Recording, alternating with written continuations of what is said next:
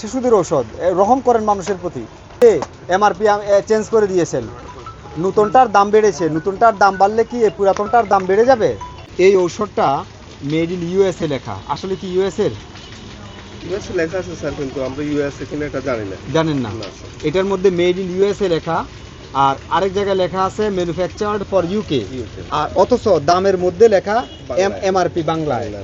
আর আমি যখন প্রথমে কথা বলেছি তখন আপনি একবারে সর্বোচ্চ এই নিরাপত্তার সাথে আপনি স্বীকার করেছেন যে এটা ইউএসএর না, এটা জিঞ্জিরা প্রোডাক্ট।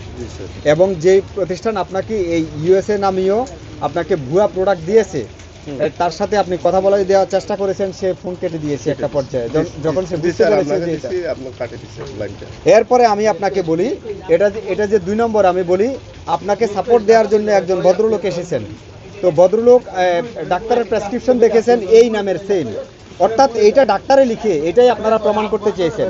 পরে আমরা অনলাইনে সার্চ দিয়ে দেখলাম যে ডাক্তার এই নামের ঔষধ লিখেছে, কিন্তু এটা না, এটার অরিজিনাল একটা কপি আছে, এটার অরিজিনালটা আছে, আর এইটাকে নকল করেছে, সেইটা আপনারা এখন ডাক্তারদের নাম দিয়ে চালায় দেওয়ার চেষ্টা করছেন।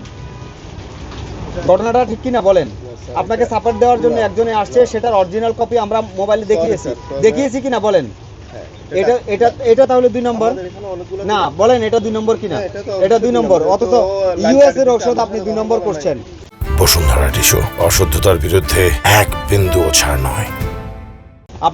আপনি জেনে বুঝে শুনে আপনি এটা বিক্রি করছেন। আপনাকে বলেছি আপনার এখানে আপনার পরিবারে শিশু আছে, এটা শিশুর ঔষধ।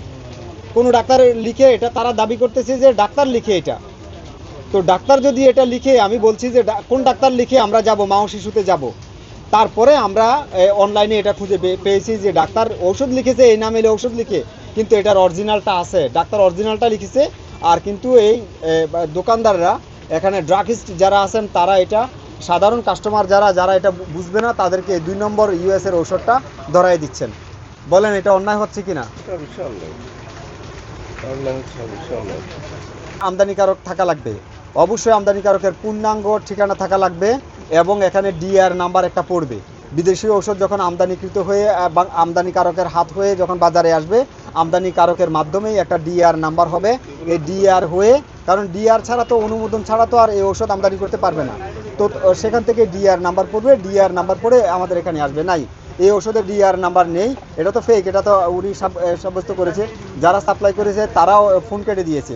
এটাতেও দেখেন ডিআর নাম্বার নেই, এটাতেও দেখেন ডিআর নাম্বার নেই, এটাতেও দেখেন ডিআর নাম্বার নেই, এটাতেও দেখেন ডিআর নাম্বার নেই।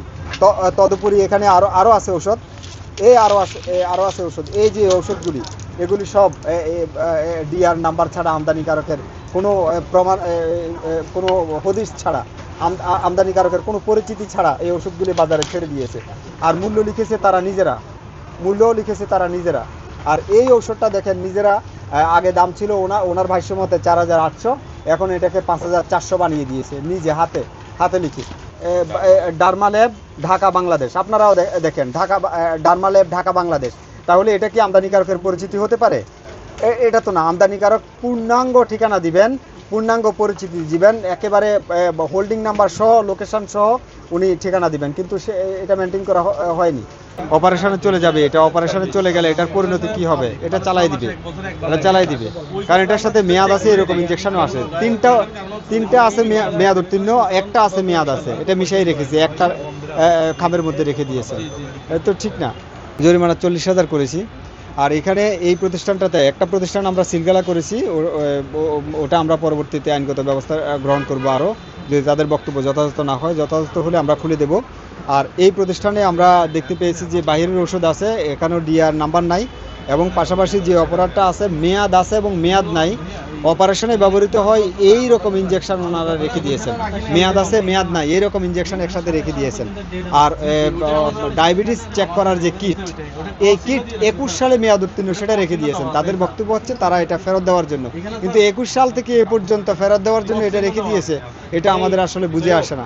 ওই লটের যদি আরও কিছু উনি বিক্রি করে থাকেন 21 সাল থেকে এ পর্যন্ত, তাহলে তো এটা খুবই অন্যায় করেছেন উনি, কিন্তু সেটার আমরা প্রমাণ পাইনি, সেটা উনি অস্বীকার করছেন যে মেয়াদ উত্তীর্ণটা বিক্রি করেছেন। কিন্তু আমাদের মনে হচ্ছে আরও কিছু এর মধ্যে উনি বিক্রি করে থাকতে পারেন।